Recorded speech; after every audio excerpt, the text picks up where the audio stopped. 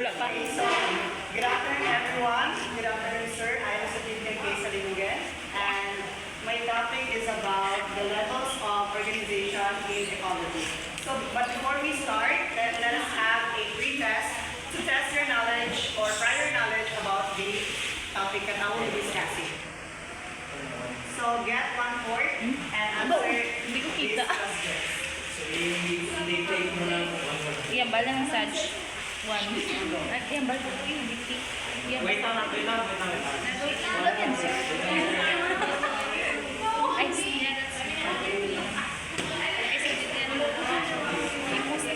Okay, so for the instruction, choose the best answer for each multiple choice questions. Sabi mo na.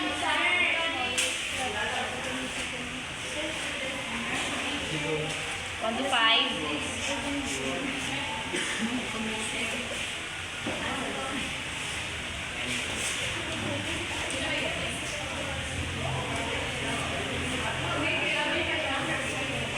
Wait lang. Picture of college. Percent smallest level. Number 1B. Okay, ready na? Yes. Yes, tapos na. Okay, number 1. Letter. Wait lang.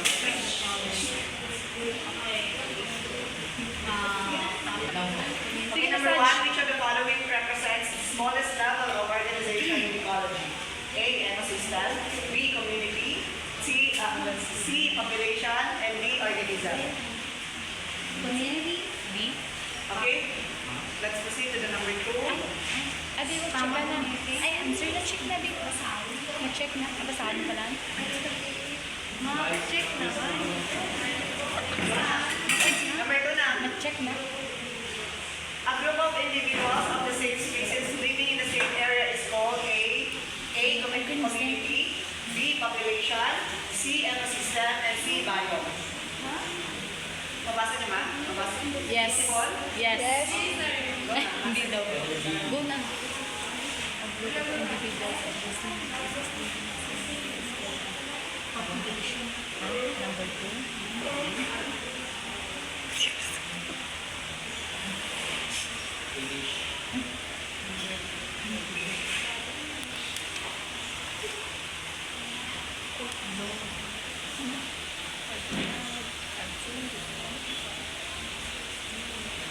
Okay, are you done, class? Yes, teacher. Okay, so let's proceed. So before we start, let's watch a video about the ecology. Gonna check. Siya mag-check. How many different types of organisms do you see in this picture? Or how many different living and non-living items do you see in this picture? As you study these pictures, you begin to get a clue about what ecology is all about. Ecology is the study of how organisms interact with one another and with their physical environment. Ecology isn't just about rainforests or other types of forests. Have you seen mold growing on bread? Or mushrooms grow on rotting logs? Or watched ants search for food? If so, you have seen examples of ecology in action. How many different types of organisms? So, my topic is about the levels of organization in ecology.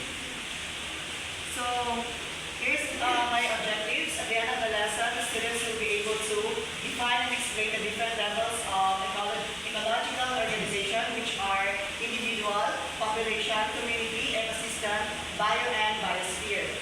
Identify and describe the interaction between organisms and at different levels of organization, predator-prey relationship within a community, nutrient cycling within an ecosystem, and synthesize information from various sources to construct a comprehensive understanding of the interconnectedness of life across all levels of ecological organization. So first, let us define ecology. So who can read? Okay, Ms. Galaba. Ecology is the study of the relationships between living organisms, including humans,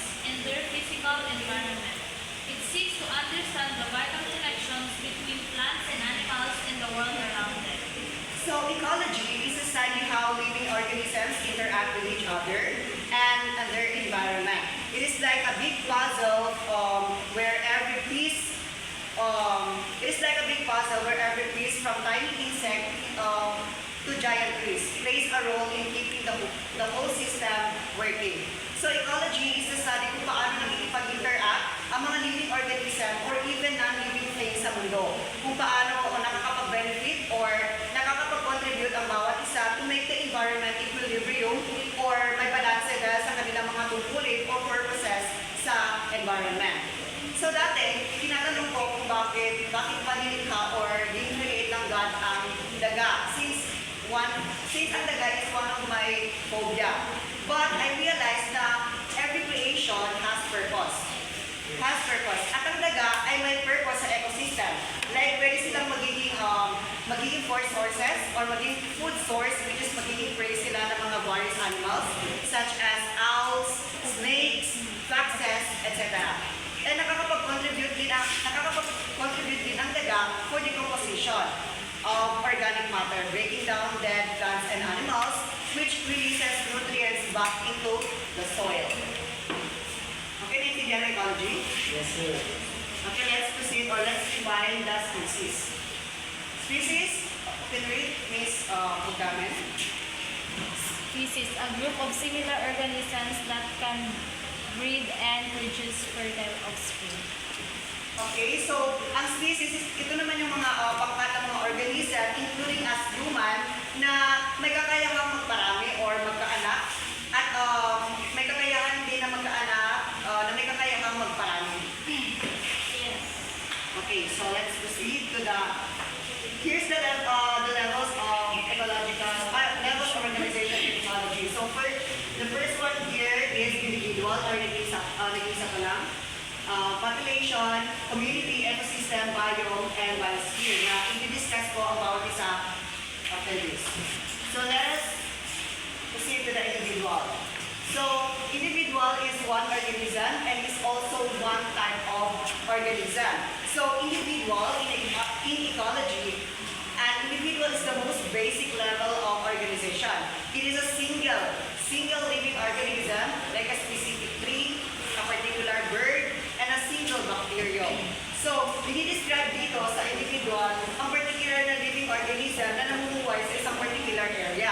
So, kapag dinidescribe mo ang rabbit as individual, so nag-i-indicate dito na isa lamang ito. So, next one is the population. Okay, read? May sa lamang. Population, a group of individuals that belong to the species and live in the same area, or the living same species. So kanina, yung individual, ang tinutukoy lamang dito ay isa. So sa population naman, tinutukoy naman dito ang group of individuals of the same species. That live in the same area and can interbreed. So for example, a meadow in a forest. Alam mo yung meadow? Yung parang kayaan mga rabbit, parang maraming mga plants, ganyan. And then, within that meadow, there are group of rabbits that live together, reproduce, and compete for resources like food and shelter. So this group of rabbits all belongs to the same species. And for example, yung species ng rabbit na yun is Eastern Cottontail. And ito ay nag-form ng population. So kailangan same ang species like itong zebra, same species lang sila, and it is group of individuals bago ito matawag na population. Okay, next is the community. Can you read, Ms. Morales? Community, a group of individuals that belong to the species and live in the same area, living within the same species. Okay, so in ecology, a community is a group of different populations of species that live in the same area and interact with each other. And it is like a neighborhood where different families or should I say population live together and have relationships. So it is getting bigger or larger sa environment. Kasi nga ang community ay interaction between different population na nakakapag-interact in the same area at nakakapag-benefit sa bawat isa. For example, as human, nakikipag-interact tayo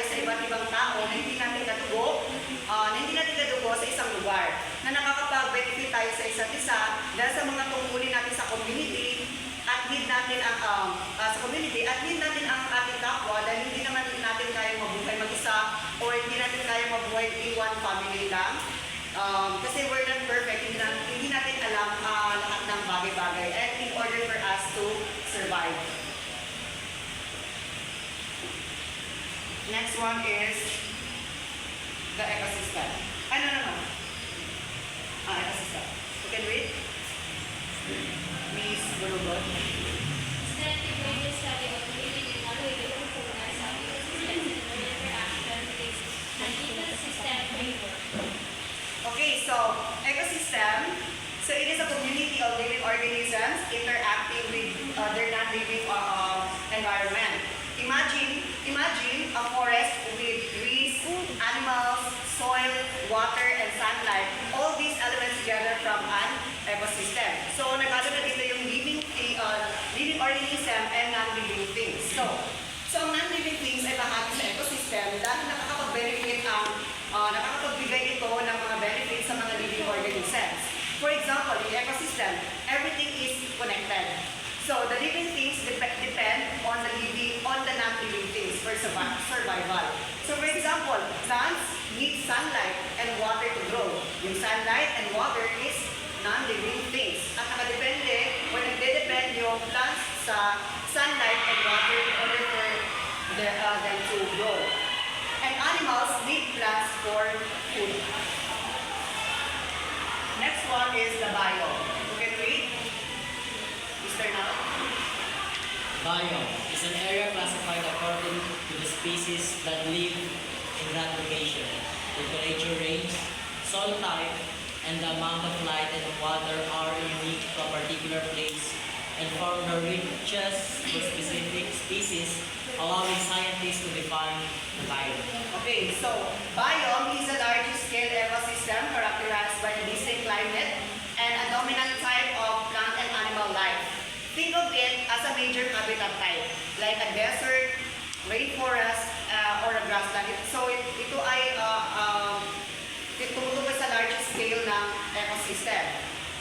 So ito ay large ecosystem or large place that characterized by a distinct climate and para sa dominant na mga halaman at hayop. So for example, a cacti and desert animals are adapted to the arid condition to the desert biome. So one of the examples of biome, which is a large ecosystem or large place, is desert, and it is only for dominant plants or animals na kayang mabuhay sa climate na mayroon sa desert. So another example, the tropical rainforest. Sa tropical rainforest biome. So it is characterized by high temperatures, high rainfall, and dense vegetation. So it is a home to a diverse array of plants and animals, including monkeys, jaguars, and giant trees. So makikita mo yung tropical rainforest in South America, Africa, and Southeast Asia. Okay, let's proceed to the biosphere. Okay, read.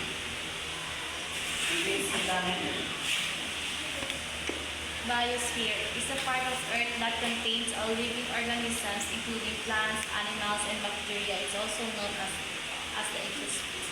Okay, so last one for the levels of organization in ecology. So it is the largest and most encompassing level of organization in ecology. It is the entire portion of Earth where life exists, including all ecosystem and biomes. And biosphere is the thin layer on the surface where life thrives. So ito na yung pangkalahatang bagay na meron sa mundo, including living and non-living things that are connected. So for the globe scope for the biosphere encompasses everything from the deepest ocean trenches to the highest mountain peak, from the scorching deserts to the frozen poles. So it is important for us to understand the biosphere because it is the only known place in the universe where life exists. And also protecting and understanding this delicate system is crucial because we are saving the future of humanity and all living things. Okay, so let us differentiate the two words, the habitat and the niche. Okay, you can read the definition of habitat and niche. Okay. Hello. Habitat, an area where an organism lives, needs full range of physical and biological conditions in which an organism lives, and the way in which the organism uses those conditions includes where in the food chain it is where an organism lives. Habitat is like an address in an ecosystem, and a niche is like an occupation in an ecosystem. Okay, so the difference between the two is habitat is the organism's address o saan sila nakatira. It is the physical place where it lives, including their environment, shelter, and resources present. While the niche is the organism's job or role nila sa environment within that habitat o kanilang trabaho sa in the ecosystem. So, tinutukoy din dito ang what, where, or how, and its impact. What it eats, where it lives, how it interacts. So, for example, a squirrel. Alam naman kung ano yung squirrel ba? Their habitat is in the forest, and sa niche, a squirrel's niche is that forest is to gather nuts. Yun ang role ng niche sa ecosystem, yung pag-gather ng nuts.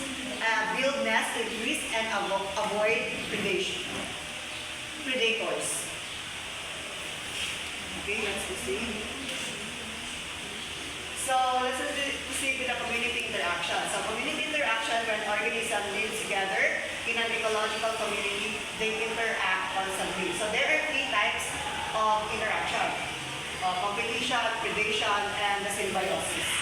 So, let's tackle about the competition. So, competition, competing for resources. Ano yung mga resources? Like food, shelter, yeah, etc. Occurs due to a limited number of resources. Resources and necessary like water, noodles, life, and food. So, one of the interactions is competition. All species or organisms in the ecosystem ay nakikipag-compete for their resources in order for them to live or survive. So what? Next one is predation. So, predation, when an organism captures and feeds on other organisms. So, in predation, there is a predator, the hunter, and prey is being hunted. So, in a predation, there are, so the given example here is lace and the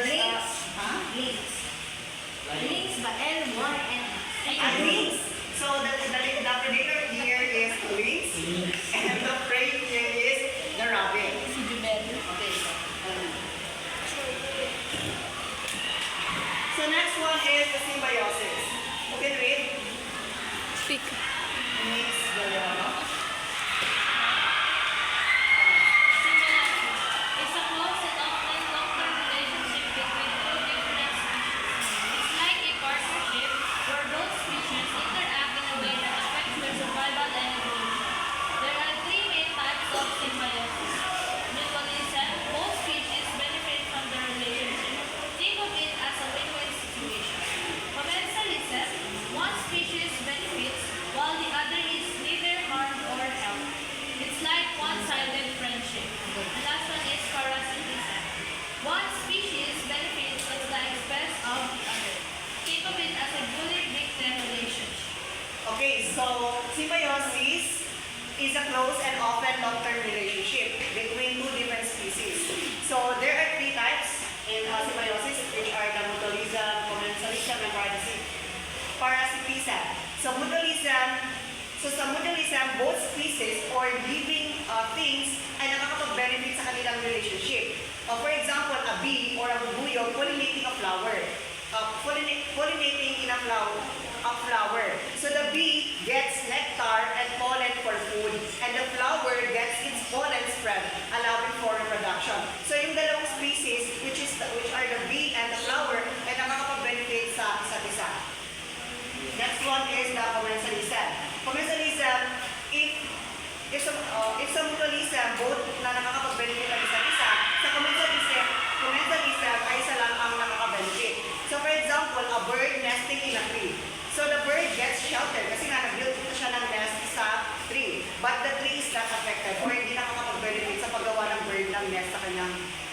Yeah, sa body niya. So next is the paradisica. So for example, a tick. Alam mo yung tick na insect? Mas insect siya. So for example, a tick feeding on a dog. So the tick gets a meal while the dog is harmed by the tick's bite and potential for disease transmission. So, nagpapakain,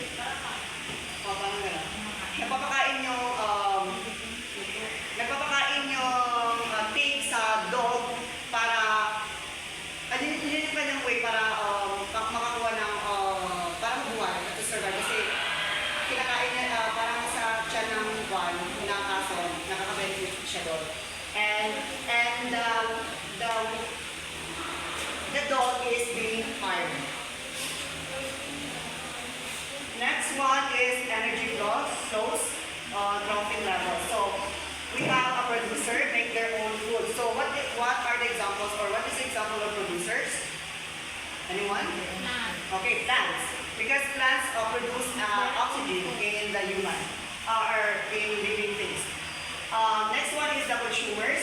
Get energy from producers. Okay, the biggest, magandang example dito is human, because we are consuming oxygen from the plants or in the producers. So, producers capture energy from sunlight or chemical and use the energy to produce food. So, ito yung tinatawag na photosynthesis. Yun ang kanyang pag-gather ng energy to produce food. So, producer ay tinatawag natin autotrophs. They make, autotrophs they make food from their environment. So, like the producers. Next one, ang tawag naman natin sa consumers ay heterotrophs. Get energy from other organisms, or the definition of consumers. So, in consumer, we have herbivores, carnivores, omnivores, and detritivores. So, herbivores eat only plants, so plants lang kinakain. Carnivores eat animals, omnivores eat both plants and animals, and the last one is detritivores eat dead mother plants and animals. Evaluation. So, we have evaluation, so please get 1 point. Sa likod na lang. Lain mo na. Same lang sila lain. Lain na ito kanila. Ha?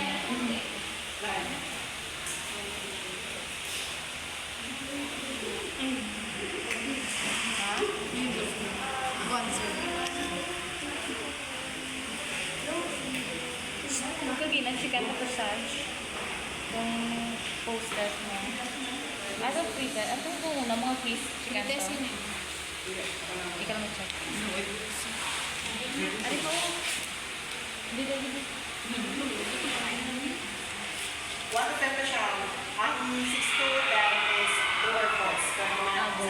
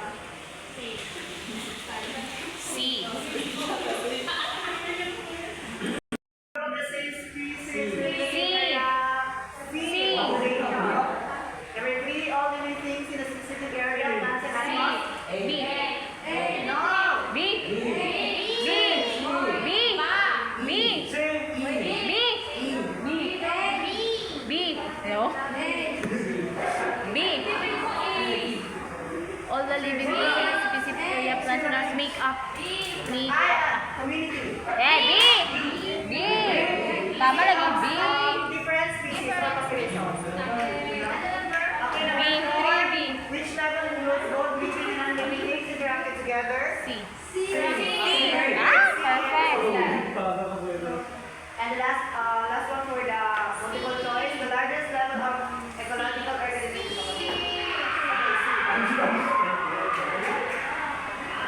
Number 6. A biome is a large geographic area with similar climate and organisms. True. Yeah, true. Yeah, true. Number 7, false. Number 8, true. Number 9, true. And number 10, false. Okay, all the correct answer.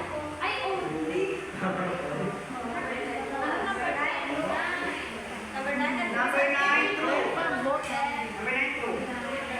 And number 10, false. Number 7, true. Finish. 7 false, true. True. True.